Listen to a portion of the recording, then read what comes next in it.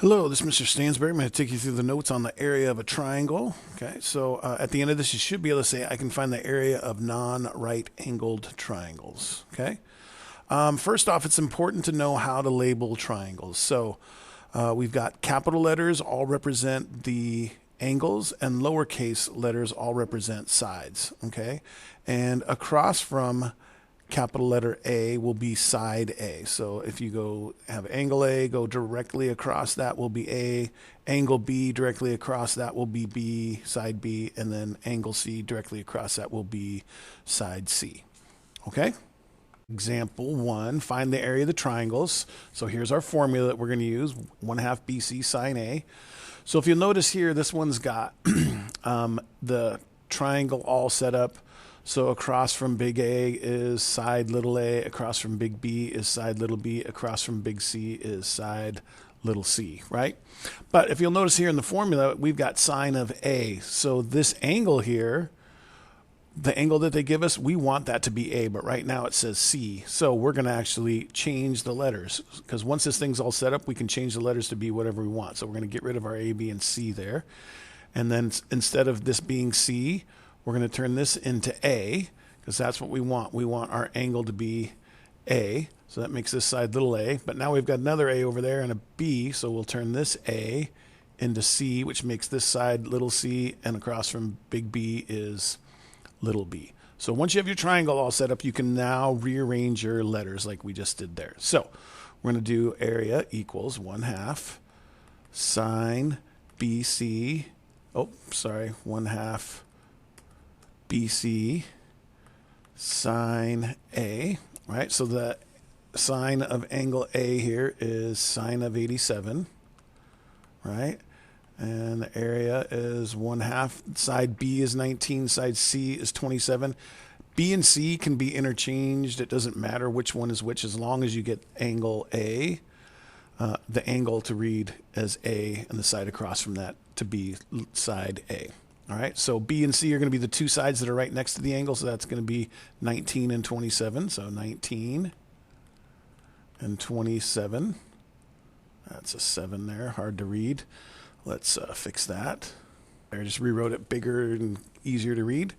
So then now we're just going to simply plug that into our calculator and see what we get for the area of that triangle. So here's our calculator. We can use the fraction button, or you can do 1 divided by 2, either one.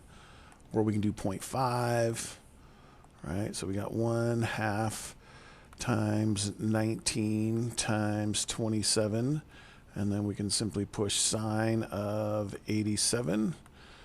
You don't normally have to close the parentheses. It'll work without it, but it's just kind of good practice there. And we get 256 point. Does it ask us where to go? It doesn't ask us where to round to. So we'll go 256.1, we'll call it area. 256.1, and this is going to be meters squared since it's area. Okay? Okay, for B, do the same idea. They've got all the sides on set up for us, and then we have an angle here. So we want that angle to be A, so I'm going to change this B to A. And now that we have two A's, we've got to change one of these to a B. So we'll change that to a B, and we'll leave the C alone. So there's little c, there's little b, and across from A is little a. And then we do the same thing again. Area equals 1/2 BC sine A. In this case here, 1/2. Side B is officially 8. Side C is officially 6. And then sine of 39. If you'll notice, we didn't use side A on either one of these problems here, and that's just fine. We only need the angle and the two sides in between those. Okay, so we'll pull up our calculator and we'll try this here. So we do, let's try a different, 0.5 times 8 times 6 sine of 39, and we get 15.1, and that's going to be millimeters squared. Okay, we're going to look at some more examples, but first let's take a quick little comedy break.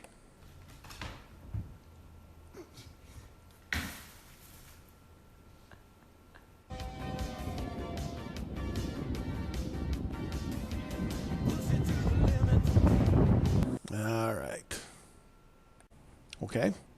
Okay, we're going to try another example here. Find the area of the triangle. So they give us all the info we need, but they don't actually have the picture drawn. So we will then just simply draw ourselves a picture, and it really doesn't matter how accurate we are as long as we get all the sides in the right spot. So let's see, this one looks like the shortest side, so I'm going to call that 17, which is side A, which would then make this angle A, right? This looks like the next shortest side, so I'll call that 20, and that's side C, so that makes this angle C. And then by default, this has got to be angle B, which is 79, and across from angle B is 24. Okay, so that's our triangle as we draw it, just like they tell us. Now, again, we're going to want to go through and we're going to want to change our letters. So we're going to actually get rid of those. Well, actually, we don't know which one we're going to get rid of. Let's leave that for a second. All we know is we know that we want this to be A. So we change B to A, so that means over here we're going to change this A to B. So then across from B is now going to be, just cross it off, little b. Across from A is now going to be little a, and C and angle C and side C are still okay. All right, so now we can take that and then do area 1/2 BC sine A. So we get area 1/2. Officially, side B is 17, side C is 20, and sine of A, angle A now is 79. So again, notice we don't even use this 24, the side across from A. Okay? So then now we pull our calculator up, and we are going to plug that in and see what we get. Okay? So 0.5 times 17 times 20, and then we have sine 79. Okay, and that gives us 166.9. So the area is going to be 166.9, and that's going to be, I didn't even give units here. Let's call this meters. So we'll call that meters squared. Okay? Okay. All right, got one last example for you. Triangle has two sides with lengths 25 and 18, and an area of 211 centimeters squared. Determine the two possible measures of the included angle. So we're going to go through and we'll just draw this out, right? So let's see, we got 25 and 18. We don't even know what the other side's going to be, so that's fine. So we'll call this, say, 25, call that 18. And we know that the area is 211 square centimeters. Okay, so we've got two angles, and let's see, possible measures of the included angle. So the included angle would be the angle that's between the two sides there. So this here is going to be the included angle that we're looking for. Okay, so we're going to just simply use our area formula. Area is 1/2 BC sine A. Since this is the angle we're looking for, we'll call that A. And then these can be B or C either way. So we'll call that B. That's little b. C, that's little c. So the area they give us, so we're going to do 211 here, equals 1/2. B is 18. C is 25. Sine of A. We don't know what A is. So we'll just simply go through and calculate what half of 18 times 25 is.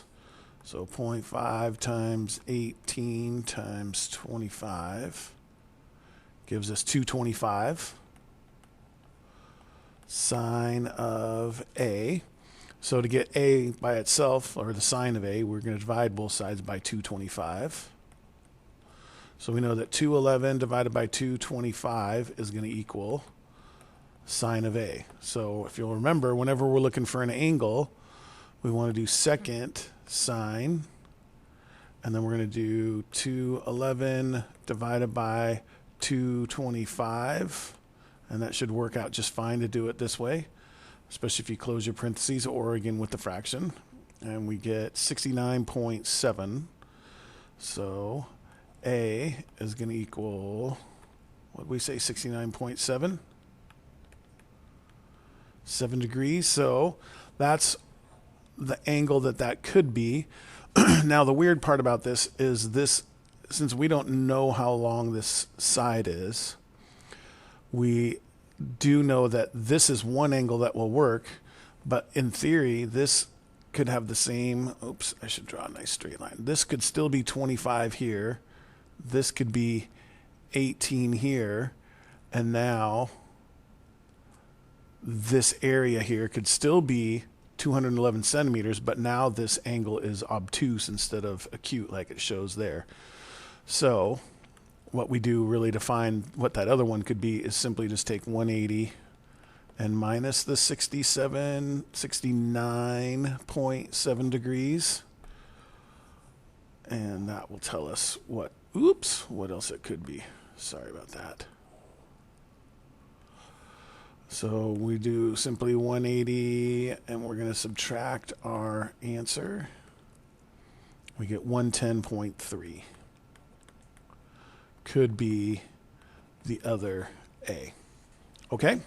Okay, that's all we have for the area of the triangle notes. If you have any questions on any of this, please feel free to ask in class.